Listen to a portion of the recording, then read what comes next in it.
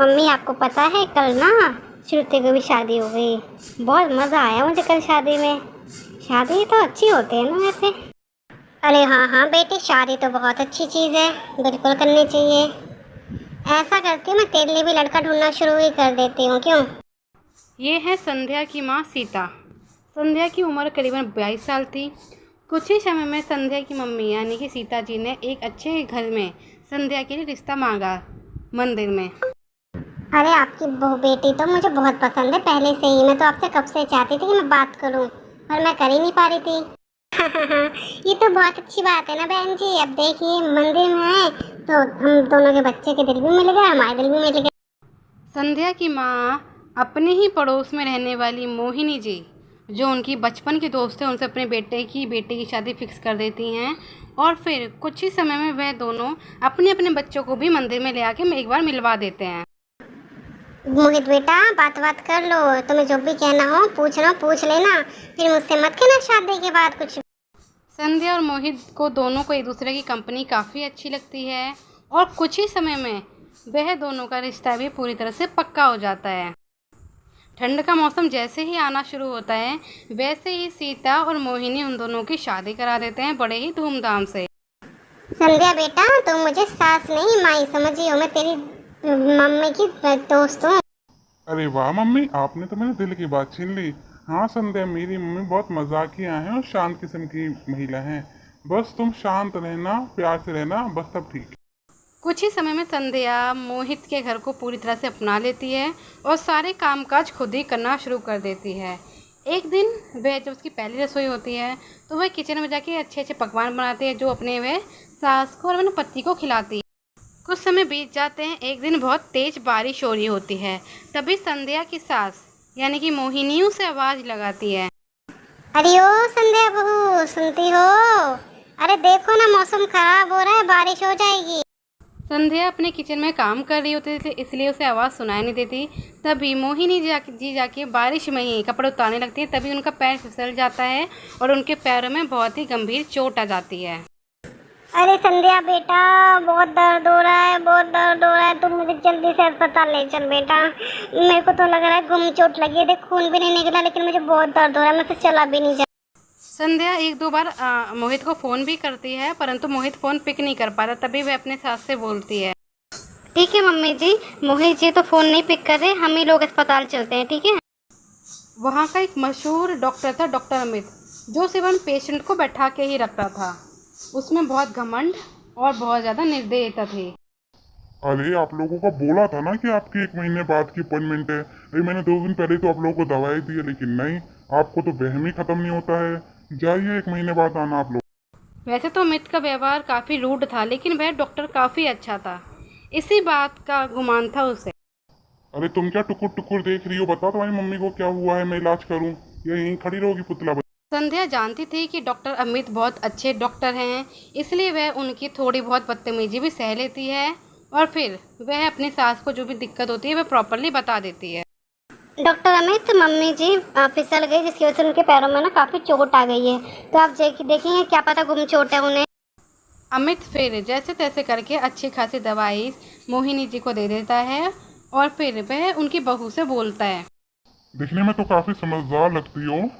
एक बात सुन लो मेरी, तुम यहाँ पे मेरी चलती है। संध्या डॉक्टर अमित से बहुत ही प्यार से बात करते हुए एक जवाब देती है।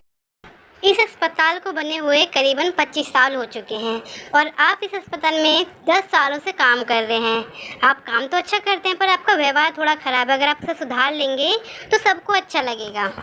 फिर वह लोग मोहिनी जी को घर ले आते हैं और फिर तभी संध्या भी उनसे बोलती है, ओके मम्मी जी, आप आराम कीजिए। आपको सुई लगा दी है उसने, अब आपको दर्द कम होगा।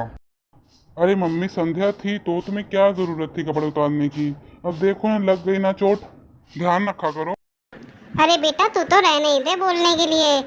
संध्या ने कितनी कॉल करी तुझे, तू इतना बिजी रहता, तुझे एक कॉल उठा नहीं पाया? ऐसे ही करते करते समय बीतने लगता है और डॉक्टर अमित ने मोहिनी जी को पूरे 15 दिन की दवाई दी होती है। 15 दिन में धीरे धीरे करके कम होने लगते हैं और फिर वो दिन आता है जिस दिन दोबारा से मोहिनी और संध्या को डॉक्टर अमित के पास फिर से जाना पड़ता है सुझाव के लिए, सलाह के लिए। अरे संध्या, कल तो मम्मी को लेके अस्पताल जाना है ना, तो बताओ, तुम चली जाओगी या मैं चला जाऊं? मैं कल छुट्टी कर लेता हूं, या तो तुम घर पे रह लेना। अरे नहीं नहीं, आप ऑफिस जाइए, मैं मम्मी जी को लेके चली जाऊंगी, ठीक है। अब कैब बुक कर लेती हूँ ना मैं, आप चिंता ना करें। जैसे तैसे करके मोहिनी और संध्या फिर से वो अस्पताल जाती हैं, जिस अस्पताल में डॉक्टर अमित अपने काम का और अपनी बदतमीजियों का जलवा दिखाते रहते हैं। अगली सुबह संध्या अपनी सास मोहिनी जी से बोलती है, मम्मी जी ऐसा करते हैं, हम दोनों आज चलते हैं ना, क्योंकि अब मोहित जी को उनके ऑफिस में थोड़ा काम भी है तो बिजी हैं। अरे कोई नहीं बेटा, तू चल वो चले, मेरे लिए तो एक ही बात है। मैं तो उस दिन मजाक कर रही थी, तुम चिंता मत करा करो, हमारा माँ बेटे का रिश्ता कुछ ऐसा ही है। तुम कैब बुक कर लो, हम चलते हैं। ठीक है मम्मी जी, आप बहुत मजाक करते हो सच में। फिर संध्या कैब बुक कर लेती है और कैब से आते टाइम उनको बीच ही रास्ते में मोहित भी मिल जाता है, जो संध्या के साथ ही अस्पताल आ जाते हैं, जहाँ पर डॉक्टर अमित उन लोगों का ही वेट कर लेते हैं अपॉइंटमेंट के टाइमिंग के तहत। सॉरी सॉरी सॉरी डॉक्टर, मुझे पता है हम बहुत लेट हो गए। वो क्या है ना, वो जाम काफ़ी लगा था तो इसलिए हमें थोड़ा सा टाइम लग गया, 5 मिनट हम लेट आए हैं, माफ़ कर दीजिए। डॉक्टर अमित संध्या का जवाब नहीं देते, फिर वह बोलते हैं थोड़ी देर में, अरे कोई बात नहीं संध्या जी, मैं मानता हूँ कि जाम लगा होगा और आप लोग लेट हो गए हो, कोई बात नहीं, 5 मिनट तो लेट हुए हैं आप लोग, कोई बड़ी बात नहीं।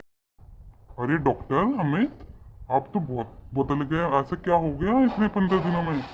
आप तो कहाँ कैसे बात करते थे और आप कितने प्यार से बातें कर रहे हो, इतना परिवर्तन कैसे? हाँ डॉक्टर साहब, कुछ तो बात है, बताइए क्या बात है। कुछ ने किसी ने कुछ बोला क्या आपको? वैसे कुछ भी कहो डॉक्टर, तो आप बहुत बढ़िया हैं, बस आपका ना थोड़ा व्यवहार हमें अच्छा नहीं लगता था, पर आज वो भी अच्छा लगने लगा। वाह। ये व्यवहार कहीं ना कहीं संध्या की कही बातों की वजह से ही बदला था। अरे अरे नहीं नहीं मम्मी जी, माँ जी, ऐसी कोई बात नहीं है, बस मुझे लगा कि मेरा व्यवहार गलत है, इसलिए मैंने बदल दिया। फिर वह लोग दवाई लेके घर आ जाते हैं। घर आने के बाद भी वे वही बात कर रहे होते हैं कि डॉक्टर अमित का व्यवहार जो 10 सालों से नहीं बदला, वो अचानक से कैसे बदल गया। अरे बेटा, तूने देखा डॉक्टर अमित का व्यवहार? मैं तो शौक में हो गई कि ऐसा कैसे बदल गया वो बंदा। अभी तक को तो कुछ ही नहीं हुआ, पता नहीं कैसे बदल गया इतना। अरे मम्मी, तुम क्या टेंशन ले रही हो? बदल गया होगा, क्या पता किसी ने कुछ बोल दिया हो जो उसको दिल को लग गया हो। अब दिल पे अगर कोई बात लगती है ना तो इंसान सुधर ही जाता है। लेकिन सिर्फ और सिर्फ संध्या ही जानती थी कि डॉक्टर अमित का व्यवहार यूं 15 दिन में बदला, तो बदला कैसे। ये ही है